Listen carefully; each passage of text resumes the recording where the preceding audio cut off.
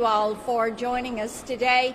You know, there has been a lot said about big tech censorship of what transpired around the origins of the COVID-19 virus and where this came from, how it moved to a pandemic. And then there's also questions about what the American people were told and the timeliness or lack thereof of what they were being told. We know that Facebook recently reversed their decision on taking down any kind of information that said it came from the lab in Wuhan, that Beijing should be held to account. YouTube had previously announced that it would censor any content that contradicted the Beijing-run and China-funded World Health Organization. YouTube even took down a video from some medical doctors who were questioning the value of these lockdowns and were questioning what it does to the population and especially what it does to our children. Twitter, they locked down the account of a virologist, a Chinese virologist, who was saying this is what they're doing, gain-of-function research, this is what they're doing in the Wuhan Institute of Virology, holding the Chinese Communist Party to account. I will tell you this, big tech has really stepped over, they have stepped over the line on this one. We all have suggestions of how we as a Senate should move forward and things that we should do to make certain this never happens to the American people. Senator Braun? Thank you. I'll tell you where we need to start. You had a unique thing happen, I think of just last week, where by unanimous consent, that hardly ever happens on a critical issue unless you're maybe renaming a post office or something. We got it through the Senate to ask our own intelligence agencies to release the information that we house. And for as much havoc as this has created, not only for our own country, across the world, why we wouldn't start there with President Biden, spoke to Secretary Blinken, asked him. He said, had no good reason why you would not release that information. We need to start there to get to the bottom of it. And when you talk about big tech being mum on the subject, basically, when you've got every U.S. senator that wants to at least start there, we need to have accountability. And I think it's for them to step up and lead the charge. They are the place that people look to, listen to, where are they at? And we need to start there. Let's hold our own intelligence agencies accountable, release that information, declassify it. Senator Marshall? Okay. Well, Senator Blackburn, thank you so much for giving us a chance to sit here and talk about the Wuhan lab leak and the cover-up thereof, you know, what we affectionately refer to it as Batgate. You know, it occurred to me as I was sitting there reading Dr. Fauci's emails recently that everything I learned in 10th grade science, everything I learned as a doctor about the scientific method, about hypotheses and developing theories, that we just threw that all out the door. You know, I was shocked as I went back and reviewed some of the letters that were written, but really what rose my suspicion was somewhere back in January of 2020. And the Chinese were saying that there was no person-to-person transmission. The WTO agreed, and the CDC didn't stand up to them. And that led for me to have a phone call with the CDC. And all the national journalists were reporting that the United States scientists were investigating this new novel virus. And when I talked to the CDC, they said, well, we've got scientists in Beijing, but they're thousands of miles from Wuhan, so we really don't have anything to tell you. And then the next thing I see is a letter signed by a group of scientists who have ignored even the possibility that this virus could have risen from the laboratory. They totally ignored it. They threw out the scientific hypothesis that this was even feasible. And didn't come to find out most of those scientists, if not all of them, were receiving some type of funding then and in the future from the NIH and our CDC sat there and nodded their head in agreement. And then national journalists, big tech companies, they worked together to suppress this story. They worked together to censor those of us who thought that this virus may have originated there. And not only did they suppress, they actually shamed people who thought that this might have came from a laboratory. And then finally, we see in Dr. Fauci's emails a collusion, working with Dr. Fauci, big tech working together to suppress this story. You know, here we are, we're 17 months later, we still don't know anything much more about this virus. You know, I think that we have to hold the CCP accountable. And if the United States is in any way accountable, if they helped fund laboratories that led to the development of this virus, then we need to be held accountable as well. And we need a deep dive into what viral gain of research rules look like going forward as well. You know, we're never going to get to the bottom of this unless we stop this cover-up of the Wuhan lab leak until we stop Batgate. Thanks, Marcia. Senator Johnson? Go ahead. Well, Johnson. Okay, I'll go. I want to point out that the evidence about a potential lab leak theory has been hiding in plain sight for months. You know, the fact that our federal agencies, under the direction of Anthony Fauci, funded this type of research for years has been laying out there hidden in plain sight for months. Shame on the media, shame on the social media for not paying attention to it, for completely ignoring it. The result of this 18-month gap of fully exploring the true origin of the COVID virus probably means we'll never get to the bottom of it. China's had 18 months to destroy this evidence. But make no doubt about it, China is guilty. They are culpable. They knew they had a coronavirus. They knew they had a deadly pandemic-type virus in Wuhan. They didn't allow flights out of Wuhan to the rest of China, but they let that virus infect the entire world. So we already know China's guilty. We already know they have to be held to account. I think we also need to hold the news media and the social media accountable as well. This isn't the only area of suppression.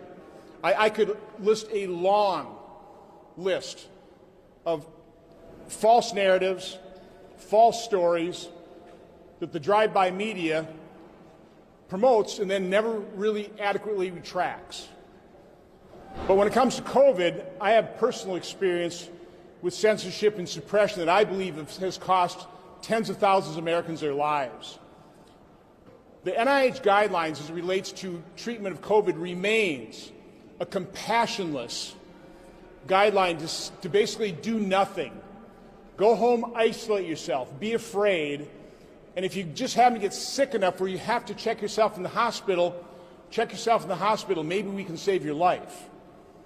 I held 2 hearings on early treatment. Dr. Peter McCulloch laid out the 4 pillars of pandemic response.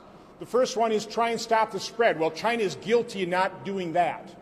The second pillar is early treatment. Basically, how we apply medicine to every other condition, early detection, early treatment. Then in-hospital treatment, and finally vaccine. Why did our health agencies, why did Anthony Fauci, why did the mainstream media suppress and censor doctors that had the courage and compassion to treat patients early with cheap, generic, repurposed drugs? Why did that happen? There is growing evidence. It's not being reported on by the media. Mexico's having great success with ivermectin. Certain provinces in India are having great success with ivermectin. Where's the reporting on that? We've seen studies where 50 to 85% of lives could have been saved. It prevents that much death. Apply that percentage to the 600,000 Americans that lost their lives, which is why I believe the news media will never admit their complicity and why they will never admit they were wrong here.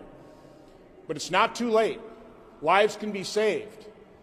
We're still going to need early treatment. No matter how effective a vaccine is, no matter how effective immunity from having been infected is, other people will get infected. Other people are going to need early treatment. So I am imploring the media, pay attention to people like Dr. Kori, Dr. Peter McCulloch, the other doctors that have the courage and compassion to treat patients. It's not too late. We need to start and really robustly explore early treatment now. And finally, Senator Wicker, who joins me in holding big tech accountable and dealing with Section 230 and censorship. Thank you, Senator Blackburn and others.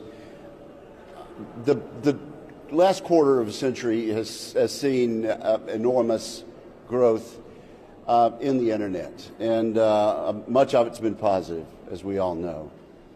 But the result of this quarter century has been that it has allowed a handful of internet big tech platforms to grow enormously large, enormously rich, and enormously powerful, to the point where they decide what is the news. They decide what information the public is going to get and what information is going to be blocked. And it's not just the Wuhan virus, which is an outrage, as my colleagues have just described. We could cite chapter and verse time and time again about these big platforms deciding what we will hear and what we can't hear. So let me just help out by saying Senator Johnson is right, and I will cite a few examples. Google threatened to cut off several conservative websites, including The Federalist. How do they have the power to do that? How can they justify doing that? Companies restrict or terminate conservative users' accounts and content on social media. Facebook announced it's suspending the account of a former president of the United States. That is too much power for them to decide who can and who cannot make news and be quoted. Twitter moved to censor any coronavirus coverage that they thought, in their judgment, might cause widespread panic.